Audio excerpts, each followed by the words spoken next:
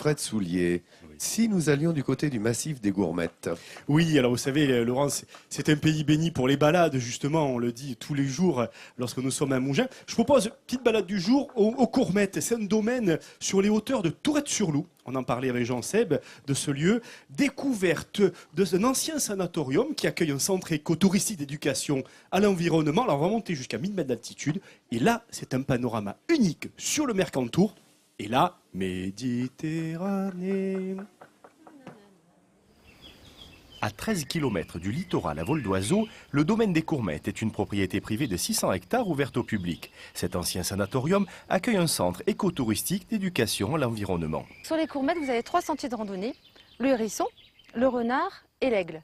Donc on va partir vers le plus haut, le sentier donc de l'aigle. Vous pourrez découvrir le pic des Gourmettes qui se trouve à 1250 mètres d'altitude avec 400 mètres de dénivelé. On peut aussi aller sur le sentier du hérisson où on va découvrir un beau spécimen aussi de chêne avec le chêne à l'oreille. Voilà le chêne dont je te parlais, qu'on appelle le chêne à l'oreille. On peut vraiment voir son oreille qui est là. Donc la légende dit que si on a des choses à dire, des choses qu'on a sur le cœur, on peut se rapprocher de lui, le toucher et puis lui parler. Et après, on voit ce qu'on ressent.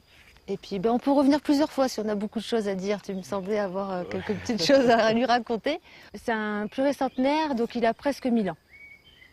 Il ressemble un petit peu aussi au cerf qu'il y a sur le site. Donc il y a pas mal de cerfs, de biches, de faons évidemment. Et il fait penser un petit peu avec au bois du cerf.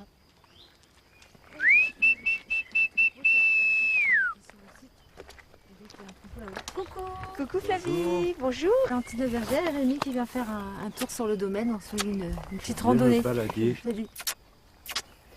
Là aujourd'hui elles sont avec Lucie. Elles sont avec Lucie et elles sont en crête, on les voit là-haut. Il y a combien de têtes déjà? Il y a 500 brebis mères et une centaine d'agneaux.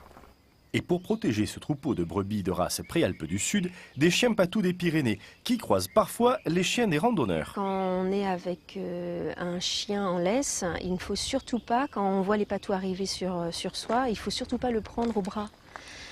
Il faut le laisser au sol, les chiens se débrouillent entre eux. Le patou vient et intimide, donc c'est sûr qu'il va grogner, il va aboyer, il va prévenir en fait leur troupeau.